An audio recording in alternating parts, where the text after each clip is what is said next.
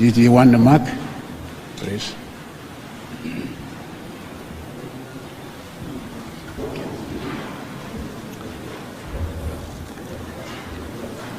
Thank you, Your Excellency.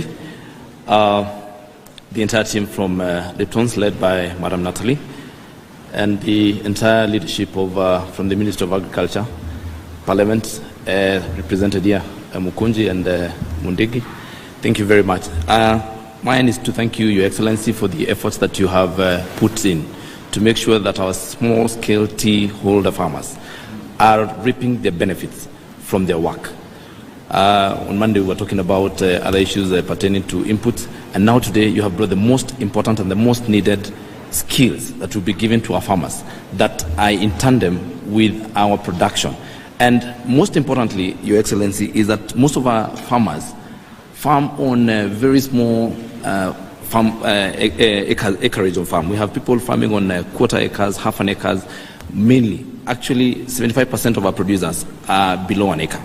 So what that tells you is that we are not able to enjoy the economies of scale for farmers. So we need some training that is tailor-made for them so that they're able to reap their benefits. Secondly, and this has been a thorny issue, is that we are stuck in very traditional ways of producing our tea and processing our teas. We are trying, although we are behind schedule in trying to keep up with the world trends of things like orthodox tea and many other teas. I know that you at Lipton's and have been in this tea for a long time. We are benefiting from people who have an experience of over 130 years from 1890. So this is quite a benefit to our farmers because we are going to benefit and get the expertise that you have had over and the capacity that you've built over the years. One of the ways of that is that we may want to go to different levels or different types of tea consumption so that we are at the table at every time. Where people consume, even when our consumption trends change, then we're still able to present our teas. The other thing that we are going to benefit from is that our farmers will now understand what is required when they understand the tea processing systems.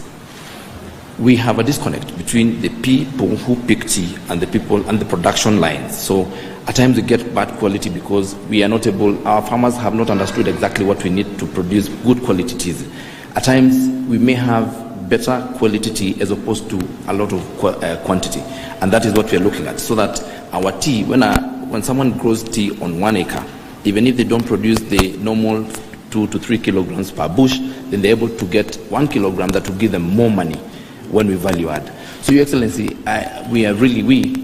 and as a representative of the small-scale tea holder farmers, I must really thank you for the efforts that you have put. You have told us even about a common user facility for tea production and value addition. I know when Natalie speaks, we'll tell you that the challenges we have at times with value addition is also moving our teas when they are value added across the globe. So we have some issues that as tea industry players, if we sit, we could have working with the people who have the ground and who are producing who are selling over 30% of the teas globally. So if we come together, we will have huge benefits. I must say that, Kenya, we have the east of Rift and the west of Rift. And Kabianga University happens to be in the west of Rift. And I know we have plans to come to Karatina University, which previously, even before becoming Karatina University, was a tea academy.